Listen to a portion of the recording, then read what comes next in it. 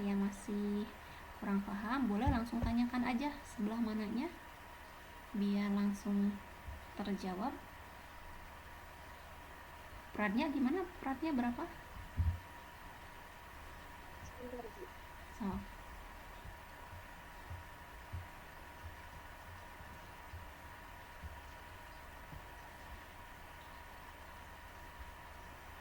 hikmal berapa? Hikmalnya ada ini.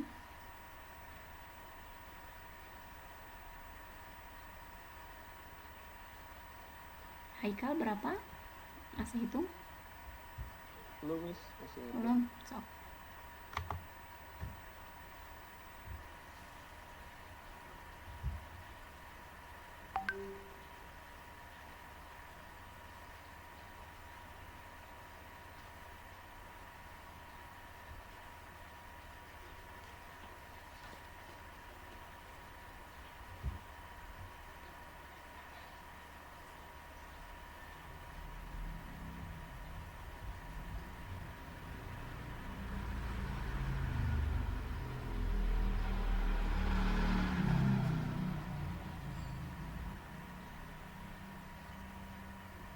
Ibu mau nanya, iya boleh. kalau pas ngitung delta TB-nya tuh dikali 0,52 kan? Ini betul. Betul dikali 0,52. Ini ya kan KB airnya 0,52. Nanti kalau hitung TF kalinya kali 1,86. Ya, TB kali 0,52, kalau TF 1,86. Betul, Sob. Masih, Bu. Sama-sama.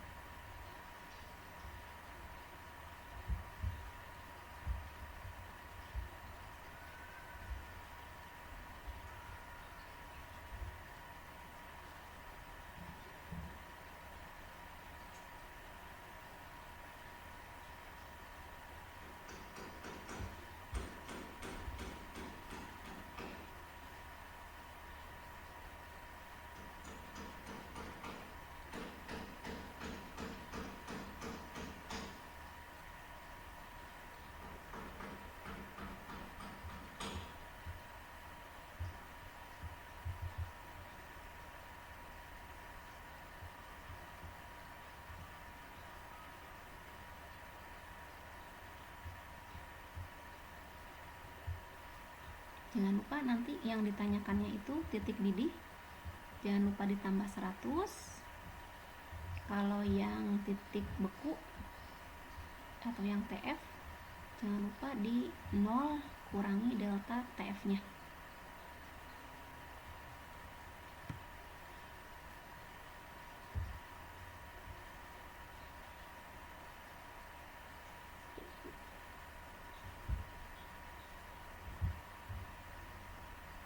Untuk pertemuan berikutnya berarti di minggu depan ya.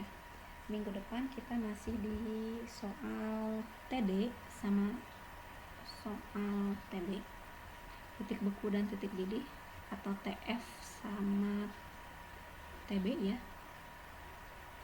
Minggu depan bahasannya masih di halaman 23, nomor 5 dan nomor 8.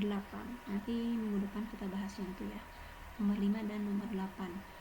Jadi kalau mau ada yang ngerjain duluan, pengen coba dulu nomor 5 dan nomor 8, boleh. Nanti kalian coba dulu nomor 5 dan nomor 8. Nanti minggu depan berarti tinggal disamakan ya kalau udah. Halaman 23, Bu. Masih di halaman 23, nomor 5 dan nomor 8-nya. Oh, iya, Bu. Ini sambil nunggu yang lain ngerjain nomor 4 ya. Ibu, Yang ya, kalau TF pelarutnya teh berapa, no? ya 0. Titik beku air karena pelarutnya air, jadi titik beku airnya itu 0, yang dimasukinnya 0. Nah, Iya, nanti beda lagi nih kalau kalian lihat di nomor 5 ini nggak ada air. Nomor 5 itu adanya belerang dan asam asetat. Jadi kalau ada soal yang baru selama ini kan kita belajar pelarutnya air ya.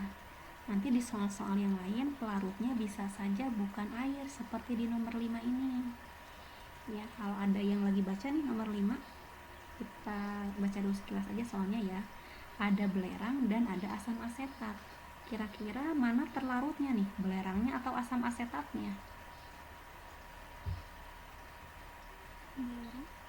Belerang, betul, belerang terlarutnya. Nanti pelarutnya berarti sisanya ya, pelarutnya adalah asam asetatnya. Nah, nanti Kb dan Kf-nya akan beda seperti Kb dan Kf air. Jadi nanti hati-hati yang dimasukkan Kb-nya jangan Kb air. Kb air kan 0,52.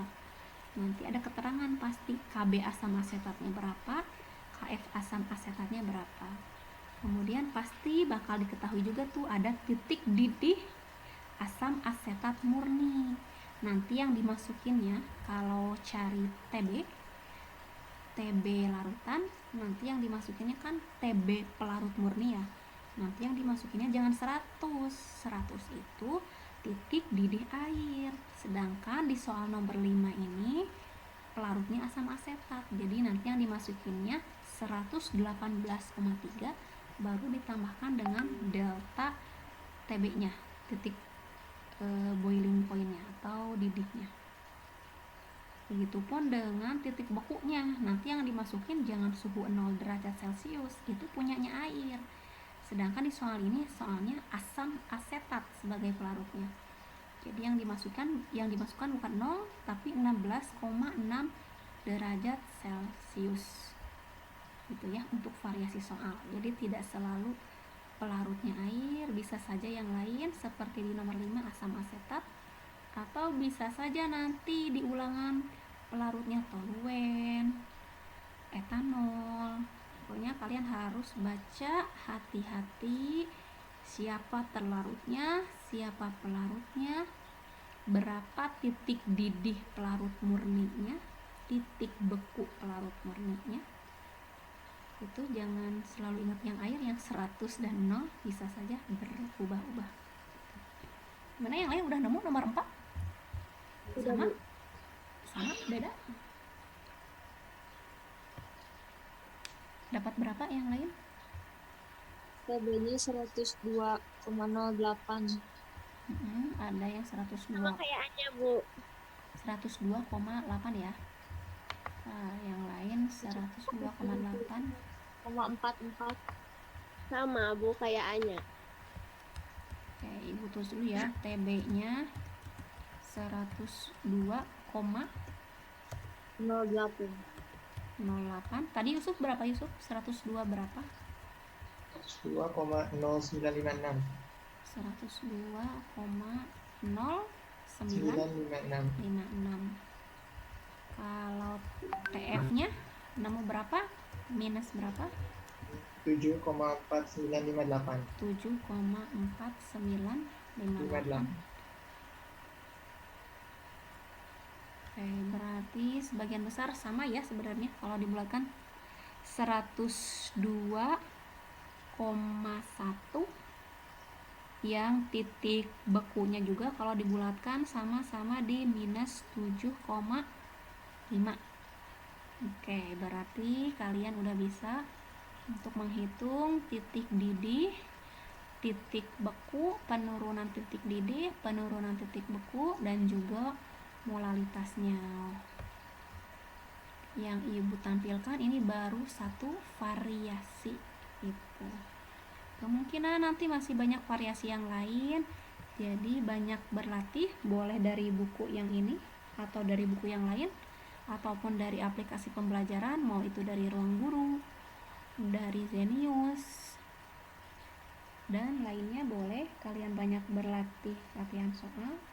Kalau nanti ulangan Ibu sih apa yang Ibu ajarkan berarti itu yang keluar. Paling ganti senyawa, ganti massa, ganti MR.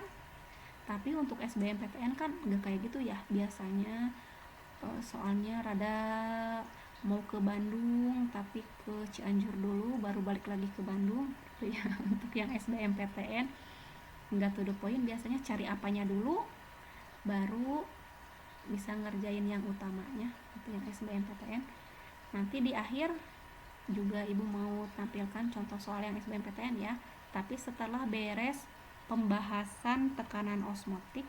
Kan setelah titik didih titik beku itu kita ke tekanan osmotik, dari tekanan osmotik baru ke sifat koligatif larutan yang elektrolit. Nah, kalau sudah semua terbahas, baru nanti ibu tampilkan 1 atau 2 contoh untuk soal SBMPTN-nya atau di UMPTN. Silakan, sampai sini ada yang mau ditanyakan dulu? Masih ada waktu ya, sekitar 4 menit lagi.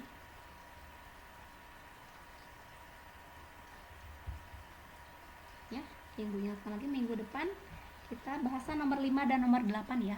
Mau dicoba dulu boleh, nanti tinggal samakan. Bu, jawaban aku segini betul nggak ya? Tapi hari ini sampai di nomor 4 dulu. Gimana, ada yang mau ditanyakan dulu? Oke, kalau tidak ada, mudah-mudahan semuanya bisa paham dengan baik ya. Kalau masih malu-malu ada yang mau ditanyakan, bisa ke WA ibu aja, nggak apa-apa, atau boleh tanya temannya yang udah paham nih. Tadi ada Yusuf, ada Tazkia, ada Fidya, dan lain-lain yang sudah bisa mengerjakan. Boleh tanya ke temannya. Ibu akhiri saja pertemuan kali ini. Terima kasih yang sudah bergabung.